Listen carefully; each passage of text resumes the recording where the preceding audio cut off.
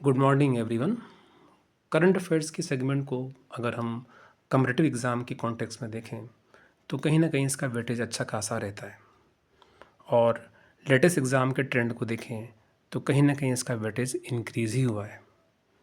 वहीं static GK के बहुत सारे प्रश्न ऐसे होते हैं जो करंट अफेयर्स पर ही आधारित होते हैं। तो इसी महत्व को ध्यान में रखते हुए ये श्रृंखला शुरू की गई है जहाँ पर कुछ ऐसे स्टैटिक जीके के क्वेश्चंस को हम डिस्कस करेंगे जो करंट अफेयर्स में काफ़ी चर्चा में हैं और आगामी एग्जामिनेशन में इससे आपको हेल्प मिल सकती है और कुछ क्वेश्चन वहाँ पर हमें देखने को मिल सकते हैं। तो आज का जो टॉपिक है जो काफ़ी चर्चा में भी है और वैसे भी चर्चा में रहता ही है एग्जामिनेशन के पॉइंट ऑफ व्यू से भी, और वो है हार्मोज स्टेट। चर्चा में क्यों है हार्मोज स्टेट? सबसे पहले हम लोग देखेंगे न्यूज़पेपर की सुर्खियाँ। पिछले हफ्ते न्यूज़पेपर में किस तरीके से न्यूज़ हेडिंग दी गई। Shut down the Hormuz strait raise the fear of soaring oil prices, यानी कच्चे तेल के दामों के बढ़ने की आशंका यहाँ जताई है इकोनॉमिक टाइम्स ने। वहीं पर हम देखते हैं सेंसेक्स क्रैश 1100 पॉइंट्स। भारतीय शेयर बाज़ार का भी जो रिस्पांस रहा है निगेटिव रहा है। लगभग 1000 पॉइंट शेयर बाज़ार नीचे की तरफ रहा पिछले हफ्ते। और केवल भारतीय शेयर बाज़ार ही नहीं, ग्लोबल मार्केट में भी इसके इम्पैक्ट देखने को मिले हैं। वहीं पर Dow Jones surge over 300 points, यानी जैसे हमारे यहाँ सेंसेक्स है वैसे यूएस के अंदर जो शेयर बाज़ार है उसका जो इंडेक्स है डाउ जोन्स, इसने भी निगेटिव रिस्पांस दिया।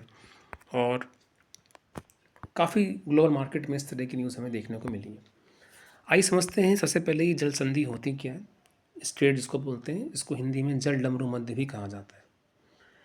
A strait is narrow, naturally formed waterways pass the water and the connect two large bodies of water. ये दो वाटर बॉडीज़ को आपस में जोड़ता है और दो बड़ी भूभागों को आपस में अलग करता है, जिसको हम स्टेट्स या जल डमरू मध्य के नाम से जानते हैं। और यही नहीं, ग्लोबल ट्रेड के अंदर इनका काफ़ी महत्वपूर्ण योगदान भी होता है। ग्लोबल ट्रेड का एक बहुत बड़ा हिस्सा इन्हीं स्टेट के माध्यम से अलग अलग कंट्री में सप्लाई भी होता है।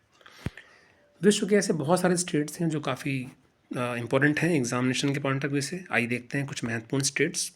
जैसे हम लोग देखते हैं स्टेट ऑफ जिब्राल्टर, जो काफ़ी इंपॉर्टेंट क्वेश्चन बना चुका है पहले भी एग्ज़ाम में।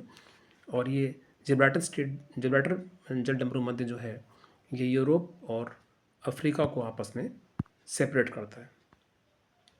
और वहीं मेडिटेरियन सी और अटलांटिक ओशन को आपस में जोड़ता भी है। तो ये काफ़ी फेमस ये स्टेट है। वहीं पाक स्टेट हम देखते हैं जहाँ पर श्रीलंका और इंडिया के बीच में ये स्टेट हमें दिखाई देता है। ये भी काफ़ी ज़्यादा पूछा गया एग्ज़ाम में। लेकिन अभी चर्चा है हॉर्मुज स्ट्रेट की। आइए देखते हैं हॉर्मुज स्ट्रेट कहाँ पर लोकेटेड है। जैसा कि हम देख पा रहे हैं कि हॉर्मुज स्ट्रेट पर्शियन गल्फ, जिसको फारस की खाड़ी भी कहते हैं, और अरेबियन सी, इनको आपस में जोड़ता है। और यहाँ पर हम कुछ कंट्री के नाम दे सकते हैं, यूएई, ओमान। और इसे कहीं ना कहीं अगर देखें तो key routes of global oil transport भी कहा जाता है। बहुत सारे ऑयल टैंकर की सप्लाई इस रास्ते से होती है। युद्ध के चलते ईरान ने इसको बंद करने का फैसला लिया है, जिससे काफ़ी देशों की अर्थव्यवस्था पर इसका इम्पैक्ट पड़ सकता है। इधर हम देख सकते हैं गल्फ ऑफ ओमान और ये पर्शियन गल्फ जो है आपस में इसको जोड़ता है। कई सारे देश भी इसके आसपास हम देख सकते हैं। कई बार क्वेश्चन आ जाता है कि जो देश न्यूज़ में रहता है उसके आसपास कौन से कंट्रीज़ हैं, या उनकी बाउंड्री शेयरिंग पूछ लेता है।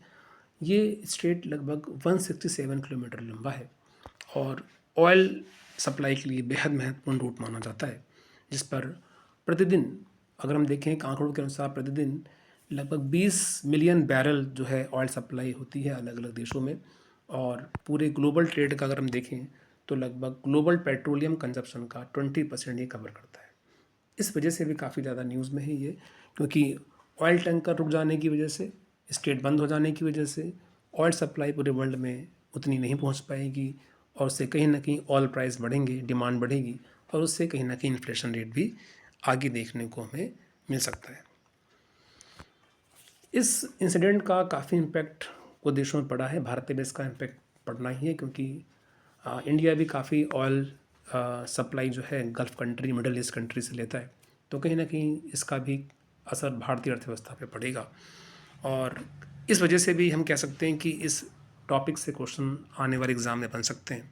आइए देखते हैं कुछ महत्वपूर्ण एमसीक्यूज जो एग्ज़ाम में बनाए जा सकते हैं, किस तरह के सवाल हो सकते हैं। आइए देखते हैं पहला सवाल। हॉर्मुज जल डमरू मध्य स्ट्रेट ऑफ हॉर्मुज किन जल क्षेत्रों को जोड़ता है। बहुत ही सिंपल लेकिन बेहद ही महत्वपूर्ण। ऑप्शन यहाँ पर दिए हैं, फारस की खाड़ी, अरब सागर, लाल सागर, भूमध्य सागर, बंगाली खाड़ी, काला सागर या कैस्पियन सागर। तो जैसा हमने अभी देखा, तो इसका आंसर जो होगा फारस की खाड़ी और अरब सागर, इसका सही उत्तर हो जाएगा ऑप्शन नंबर 1। पढ़ते हैं दूसरे सवाल की तरफ। हॉर्मुज जल डमरू मध्य किन देशों के बीच स्थित है। ईरान, ओमान, इराक और कुवैत, सऊदी अरब, यूएई या कतर और बहरीन। इस तरह का सवाल भी देखिए एग्ज़ाम में बन सकता है। बहुत ही सिंपल क्वेश्चन लेकिन बेहद ही इंपॉर्टेंट। तो आंसर हो जाएगा हमारा ईरान और ओमान इन देशों के बीच स्थित है। बढ़ते हैं नेक्स्ट क्वेश्चन की तरफ। हॉर्मुज जल डमरू मध्य के बंद होने से वैश्विक अर्थव्यवस्था पर क्या प्रभाव पड़ेगा। जाहिर सी बात है, वैश्विक अर्थव्यवस्था ग्लोबल इकोनॉमी के अंदर ऑयल प्राइस बढ़ेंगे जिससे इन्फ्लेशन बढ़ेगी। तो ऑप्शन नंबर 1 यहाँ पर ऑप्शन सही होगा। वैश्विक मुद्रास्फीति बढ़ेगी, ना कि विश्व शांति समझौता होगा, कृषि क्रांति, तकनीकी विकास। तो ऑप्शन नंबर 1 यहाँ पर सही आंसर होगा। नेक्स्ट क्वेश्चन पे आते हैं। हॉर्मुज जल डमरू मध्य के संदर्भ में कौन सा देश इसे बंद करने की चेतावनी देता रहा है।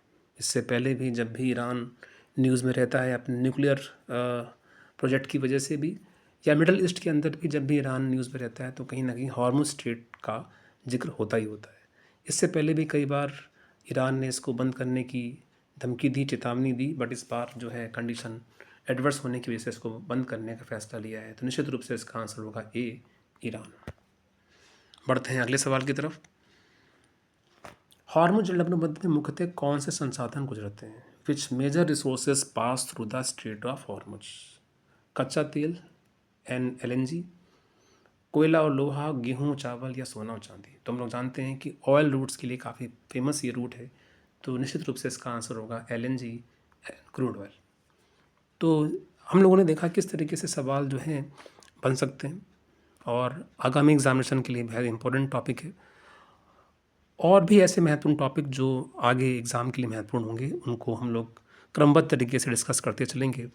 आज के इस वीडियो से कुछ भी आपने अगर कुछ नया सीखा है तो इसको ज़रूर आप लाइक करें और चैनल को सब्सक्राइब करें, ताकि इससे और भी महत्वपूर्ण चीज़ों को हम यहाँ पर डिस्कस कर सकें।